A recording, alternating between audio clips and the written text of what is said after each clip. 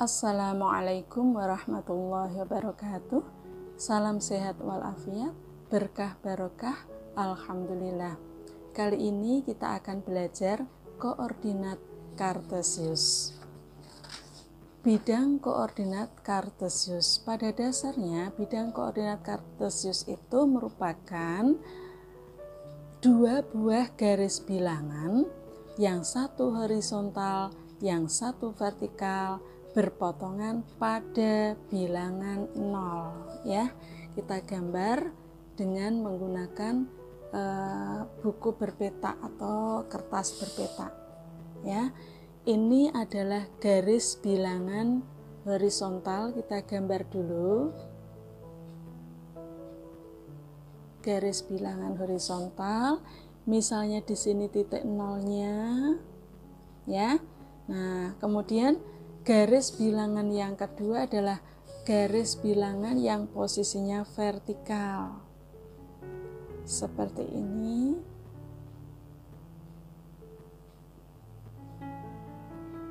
Gitu ya. Yang horizontal bisa diperpanjang baik ke kanan maupun ke kiri. Juga yang vertikal bisa diperpanjang ke atas maupun ke bawah sampai sekehendak kita ya. Nah, garis bilangan yang horizontal atau yang mendatar kita buat dulu. Ini jaraknya satu petak ya. Ini 0, 1 petak ke kanan, tempatnya bilangan 1. Kemudian ini bilangan 2, 3, 4, 5, 6 dan seterusnya. Kemudian di sebelah kiri 0 tandanya negatif, 1, negatif 2, negatif 3, negatif 4, negatif 5. Sedangkan bilangan garis bilangan yang vertikal ini nolnya satu satuan ke atas, ini di atas 0 tandanya positif, berarti positif 1, positif 2, ini tempatnya ya, positif 3, positif 4, positif 5, positif 6 dan seterusnya. Kemudian di bawah 0 tandanya negatif, berarti ini awas, ini hati-hati ya, ini nolnya di sini satu ke bawah, satu petak ke bawah atau satu satuan ke bawah, berarti di sini. Jangan sampai nolnya terlalu besar sehingga nanti bilangan satuannya ke bawah, salah ya. Nah, ini satu petak ke bawah karena di bawah 0 tandanya negatif 1, ini negatif 2, ini negatif 3, ini negatif 4, ini negatif 5, negatif 6 dan seterusnya. Yang perlu kita tegaskan di sini, perhatikan ini ya, satu ke kanan bilangan 1, satu ke atas bilangan 1, satu ke bawah, satu satuan ini maksudnya, satu satuan ke bawah bilangan negatif 1, satu satuan ke kiri bilangan negatif 1. Nah, saya pertegas kembali, nolnya jangan terlalu besar, sebab kalau terlalu besar nanti kita negatif satunya bisa ke bawah atau ke kiri, atau ini melewati dari satu satuan ya, bisa-bisa kita tempatkan di letaknya bilangan negatif 2, jadinya salah. Kemudian bidang koordinat kartesius ini ada garis yang mendatar atau garis bilangan yang mendatar, itu disebut sumbu X, ini patokan ya. Kemudian garis bilangan yang tegak disebut sumbu Y. Nah, kita tulis di sini garis mendatar disebut sumbu X ya. Kemudian garis yang vertikal disebut sumbu Y. Nah, titik potong sumbu X dan sumbu Y, ini sumbu X dengan sumbu Y berpotongan di satu titik di sini. Nah, titik potong sumbu X dan sumbu Y itu disebut titik pangkal. Titik pangkal koordinat atau disebut titik asal koordinat atau disebut titik pusat koordinat. Titik pangkal boleh, titik asal boleh, titik pusat boleh, yaitu titik pangkal koordinat. Demikian mengenai bidang koordinat kartesius. Kita harus bisa menggambar dan kita juga harus tahu unsur-unsurnya. Ya. Berikutnya pengertian kuadran. Nah, ini sudah tergambar bidang koordinat kartesiusnya, ya. Ini daerah di atas sumbu X di sebelah kanan sumbu Y, berarti daerah ini di atas sumbu X dan di sebelah kanan sumbu Y itu disebut daerah kuadran 1. Pakai Romawi ya, disebut daerah kuadran 1. Sedangkan daerah di sebelah kiri sumbu Y dan di atas sumbu X itu disebut daerah kuadran kedua. Disebut daerah kuadran kedua pakai Romawi. Kemudian daerah di sebelah bawah sumbu X, di sebelah kiri sumbu Y, daerah ini disebut daerah kuadran ketiga. Kuadran ketiga. Dan yang terakhir, daerah di bawah sumbu X di sebelah kanan sumbu Y itu disebut daerah kuadran keempat. Paham ya? Jadi misalnya ada satu titik di sini, ini ada titik. Nah, kita beri nama titik A. Maka titik A ini terletak pada kuadran berapa? Kuadran ke-1. Nah, ini kita tulis di sini. Ini titik A ini terletak pada kuadran ke-1. Kemudian di sini ada titik B. Nah, titik B di sini. Tempatnya ini namanya titik B. Maka titik B ini terletak pada kuadran berapa? Yaitu ke-3. Pada kuadran ke-3. Nah, ada lagi sekarang titik C. Titik C di sini. Ini di sini. Tepat berada di letaknya bilangan negatif 3 di sumbu X ya. Nah, ini kalau terjadi seperti ini, titik ini tidak pada kuadran, dia berada pada sumbu X ya. Misalnya kita beri nama titik C. Nah, maka titik C ini terletak pada sumbu X, berarti tidak terletak pada kuadran. Kemudian di sini ada titik lagi. Kita beri nama titik D. Nah, tentu saja titik D ini terletak pada kuadran ke-4. Titik D terletak pada kuadran ke-4. Terus lagi misalnya ada satu titik di sini nih, di sini. Nah, ini kita beri nama titik E.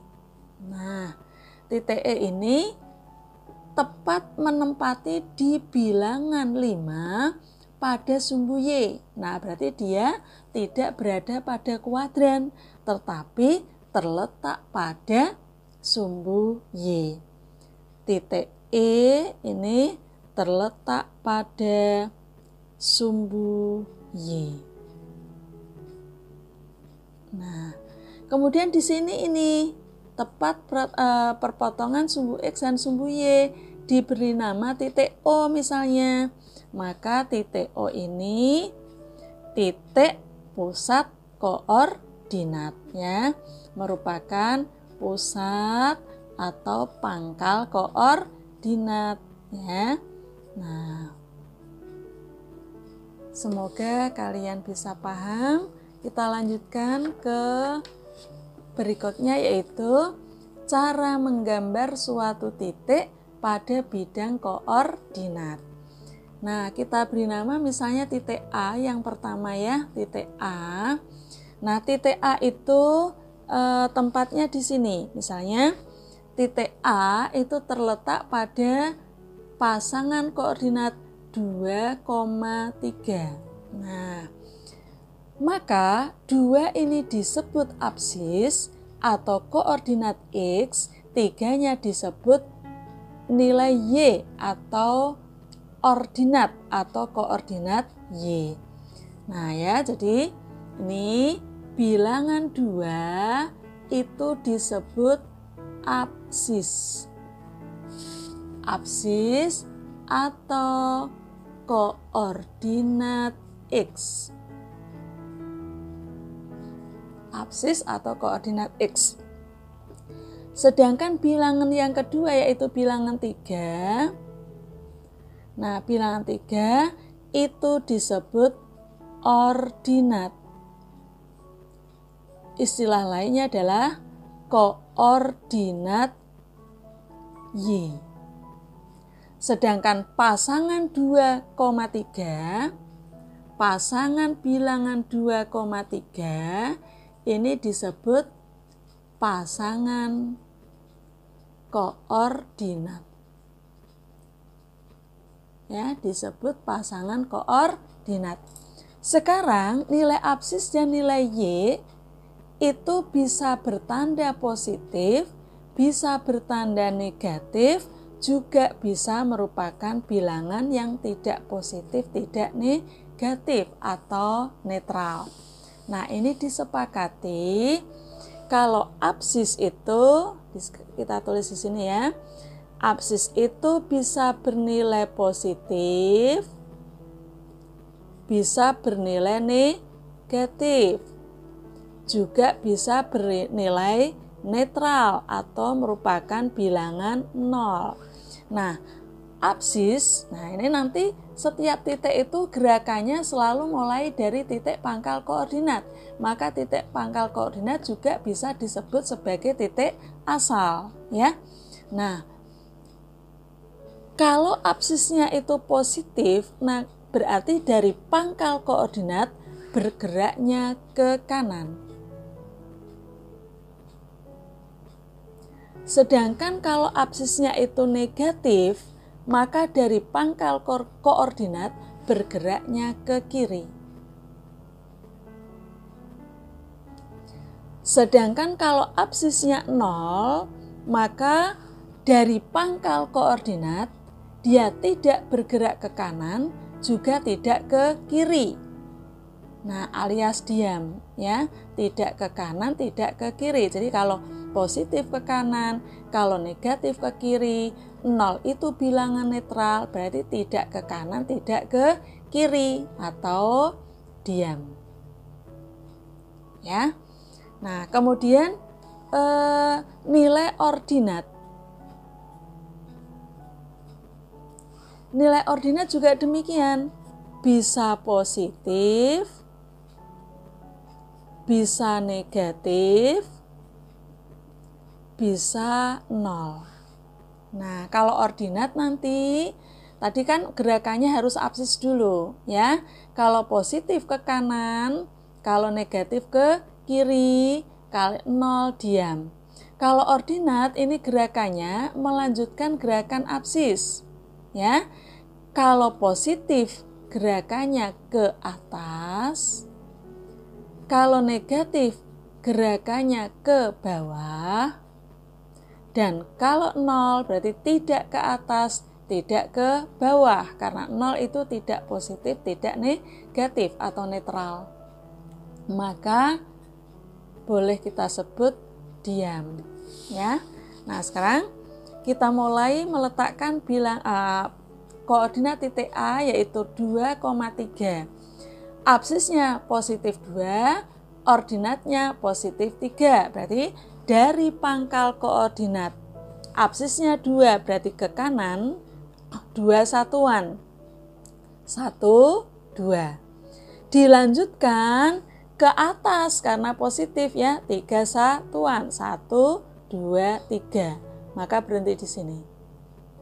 inilah letaknya titik A, pasangan koordinatnya 2,3. Paham ya?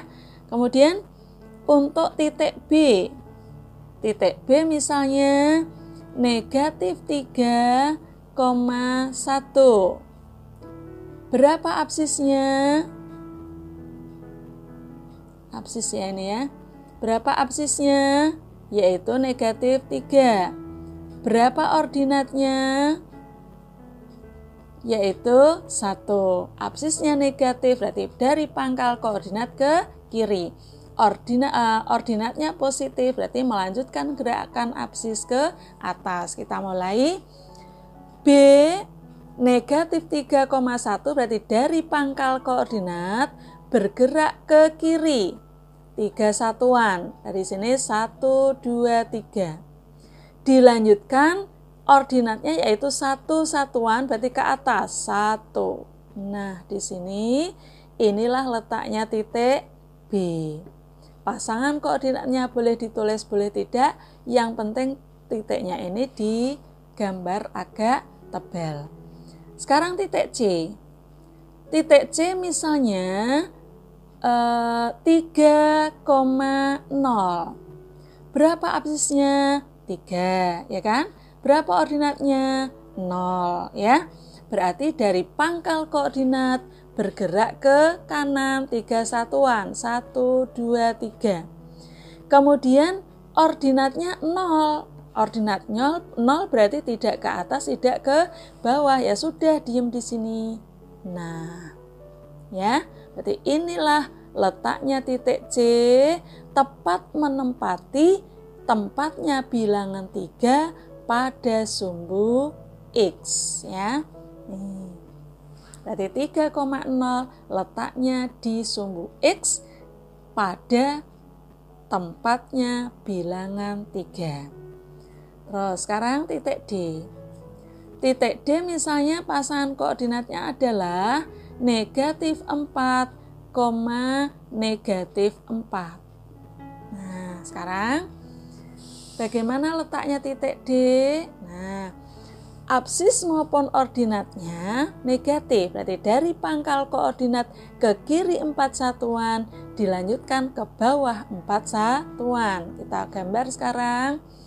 Dari pangkal koordinat ke kiri 4 satuan. 1, 2, 3, 4. Lanjut ke bawah 4 satuan. 1, 2, 3, 4. Nah, ini kalau kalian sudah lancar bisa cepat ya. Ini kita pelan-pelan biar kalian benar-benar paham. Ini titiknya namanya titik D. Pasangan koordinatnya boleh ditulis, boleh tidak. Kemudian titik E. Titik E yaitu 0, negatif 3. Titik E, absisnya 0, ordinatnya negatif 3. Karena absisnya 0, maka diem. Dari pangkal koordinat tidak ke kanan, tidak ke kiri, diem di 0. Kemudian gerakan ordinatnya negatif, berarti ke bawah. Berarti dari pangkal koordinat ke bawah 3 satuan. Berarti 1, 2, 3. Nah, berhenti di sini, tepat berada di negatif 3 pada sumbu Y. Berarti titik E terletak pada sumbu Y, ya. Titik F. Titik F misalnya letaknya di sini. Di sini 5, negatif 2, ya. Nah, titik F absisnya 5, ordinatnya negatif 2. Berarti dari pangkal koordinat ke kanan 5 satuan, kemudian kemana? Karena negatif maka ke bawah 2 satuan. Pangkal koordinat 1, 2, 3, 4, 5, lanjut ke bawah 1, 2. Berarti tepat berada di sini. Ini titik F. Ya. Satu kali lagi yaitu titik G. Pasangan koordinatnya 0,0. Ya.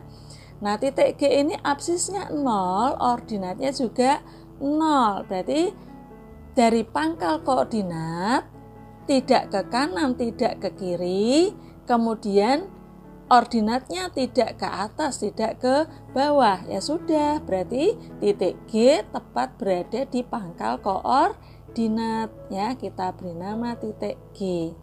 Titiknya ini tepat berada pada pangkal koordinat. Semoga kalian bisa memahami dengan baik ya. Kita lanjutkan ke berikutnya, yaitu ini bidang koordinat. Kemudian di kelas 7 kalian sudah belajar tentang garis sejajar dan garis tegak lurus. Kita terapkan di sini. Bidang koordinat sumbu X, sumbu Y. Kemudian di sini ada garis A. Garis A di sini ya, perhatikan kalian posisinya dengan sumbu X bagaimana? Nah, jaraknya selalu sama kan? Kalau garis A kita perpanjang, sumbu X kita perpanjang, maka tidak akan berpotongan. Maka garis A dan garis B adalah sejajar. Ya, sejajar. Kemudian bagaimana dengan garis C dengan garis D? Ya, yang kedua, garis C dan garis D, silakan kalian berpikir garis C dan garis D bagaimana? Nih, dengan ini kalau kita perpanjang ke atas terus, apakah saling berpotongan? Tidak, bukan. Berarti garis C dan garis D juga sejajar atau adalah sejajar. Nah, sekarang bagaimana garis A dengan garis B? Nah, kita tulis ini garis A dan garis B ya. Garis A yang ini horizontal. Maaf, ini bukan garis D tapi garis D. Bukan B ya. Garis A dan garis D. Garis A ini, garis D ini tentu saja berpotongan ya. Berpotongannya membentuk sudut berapa derajat? Ini kan persegi kecil ya, berarti ini 90 derajat.